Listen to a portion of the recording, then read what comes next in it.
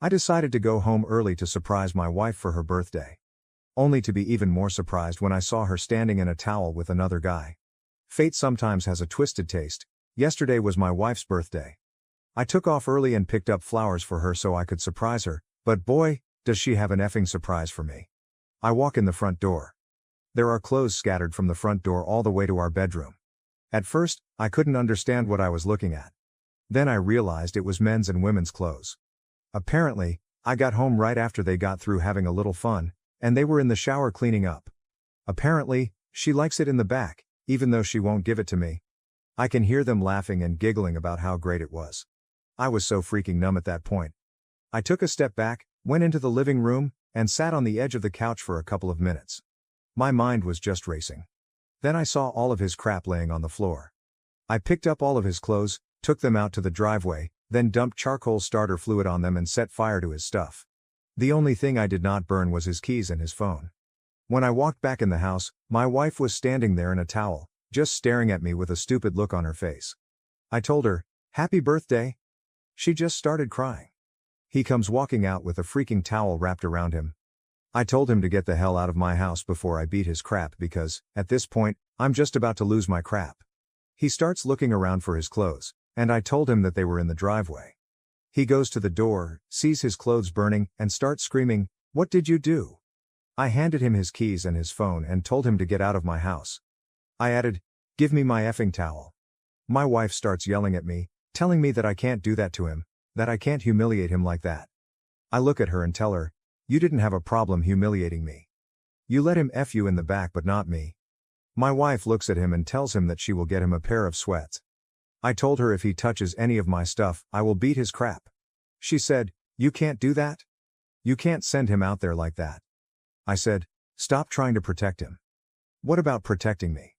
She just gets this blank look on her face like she didn't understand. The guy starts walking toward me, saying he wants a pair of pants at least. I told him, "No, get out." That's when he tried to grab my arm, so he got to take home a black eye along with no pants. What a freaking disaster, just because I wanted to surprise my wife on her birthday. I'm so numb right now. I don't know what to do. Comments. In your own house, in your own shower, she protected him and ignored how you would feel.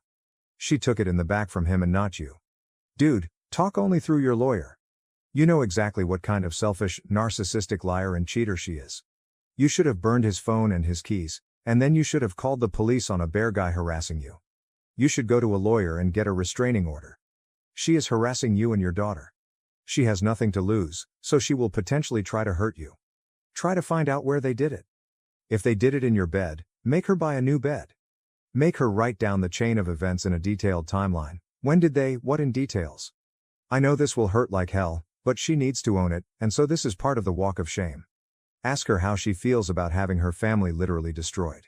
Stay tall, as I wish you all the strength in the world to walk this walk. So sorry you are going through this hell. When you engage a lawyer, ask if you can have the AP named as a co-respondent on the divorce documents. It makes it very clear to a judge that infidelity was involved. Even if your soon-to-be wife kicked him to the curb or if you live in a no-fault state, I think you can still name them as a co-respondent. Just check with your lawyer on all of the legalities. If you can name him, he will get a copy of the divorce papers. He helped in the demise of your marriage, he can have consequences come his way as well. Find out if he's married or has an SO and talk to that person. She has as much a right to know and make decisions for herself as you do. Also, get tested for STDs, STIs. There are some nasty ones out there that have no cure, only symptoms that can be treated.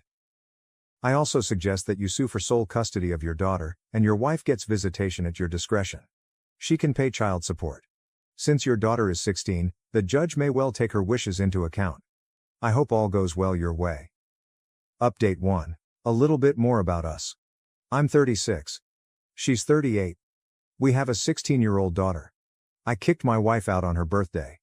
She is living with her mom, who is also a cheater. I have not spoken to her since Tuesday. She has been blowing up mine and our daughter's phones. I had to explain to my daughter what her mother did, not in details, but just that she cheated. She is so heartbroken and angry. I retained a lawyer this morning. I finally texted my wife and told her I retained a lawyer and would meet her later on today so she could try to explain herself. This is probably a bad idea, but I need answers. Is there a standard list of questions I should ask? Because right now, I can't think clearly. Whenever I found them, they were in the shower. It was all steamed up, so they didn't know I was standing at the doorway. I could hear them laughing and giggling about the sex they just had and how he loved her back because it was so tight. I texted her and told her I did not want to meet up today, I just can't stand to look at her yet. She started blowing up my phone with calls and texts, swearing that she can change, saying that she's already gotten rid of douchebag, whoever he was. I did tell her not to delete a damn thing from her phone. I want to see all of her texts and messages, whatever the F she did. We met at a local coffee shop. I was recording the conversation with my phone on the table. She wanted to know why, and I told her, frankly, I just didn't trust her anymore. She started in, saying she wanted to save our marriage. I asked her why, because she's already given up on it. She said she wants to be the wife and mother that our daughter needs. I told her it's a little late. She asked if I was ready to throw away 16 years of marriage. I threw it back in her face, saying I wasn't the one that cheated. I asked her who the guy was. Apparently, he's a stay-at-home dad from one of the homeschooling programs.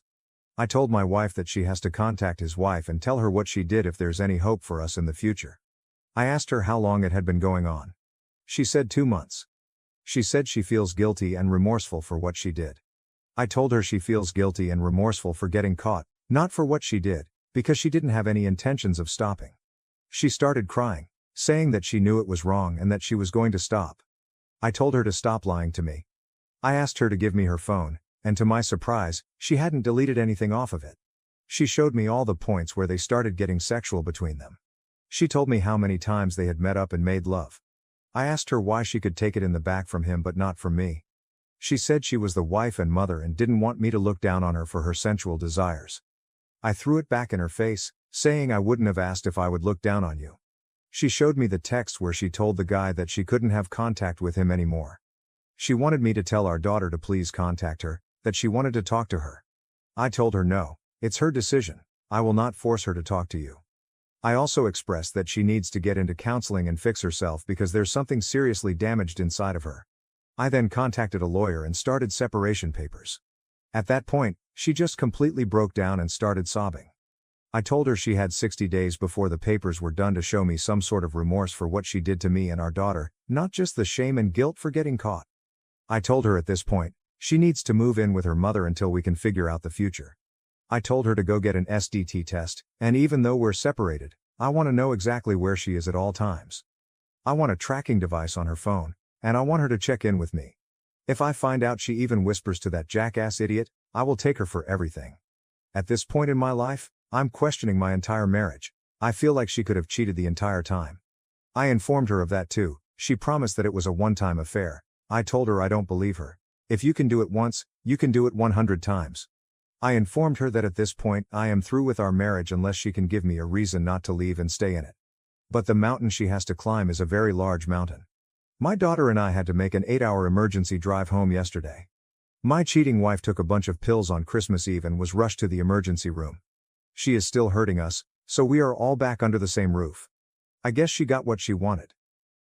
I'm telling her later on today that we are done. I can't live with this narcissistic crap. She is still being selfish, and she traumatized our daughter on Christmas Eve.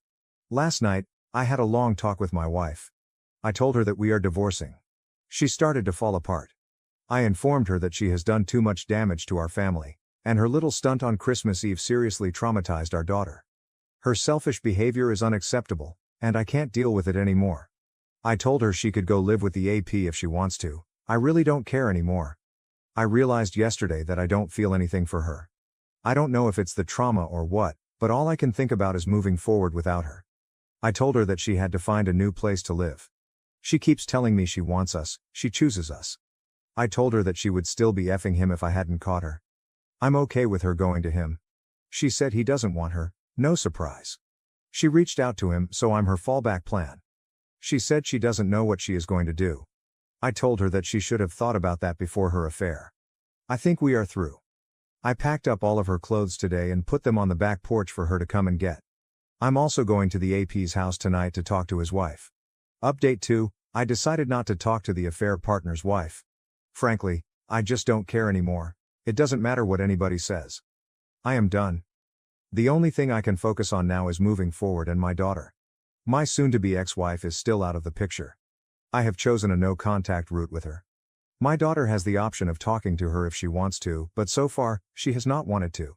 From what I understand, my wife spends most days barricaded in her room at my mother-in-law's.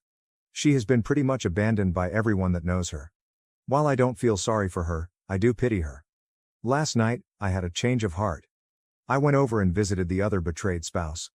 I had a packet of information that I had collected about the affair. I gave that to her and explained everything I could personally to her. She asked me if I was the one that assaulted her husband. I told her yes.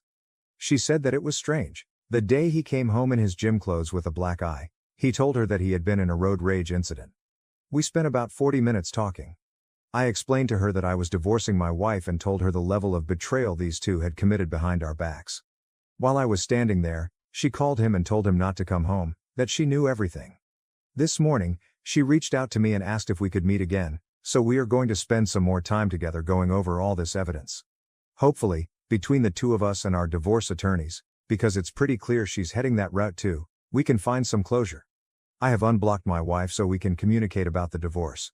She has agreed to an uncontested divorce. We are splitting the assets 60-40 in my favor. I'm keeping the house, and as of right now, I get full custody of our daughter. Right now, verbal communication is at a minimum and is mostly just about our daughter and the divorce. She has tried to talk to me about the affair a couple of times, but I shut her down. There's nothing else I need to know about it.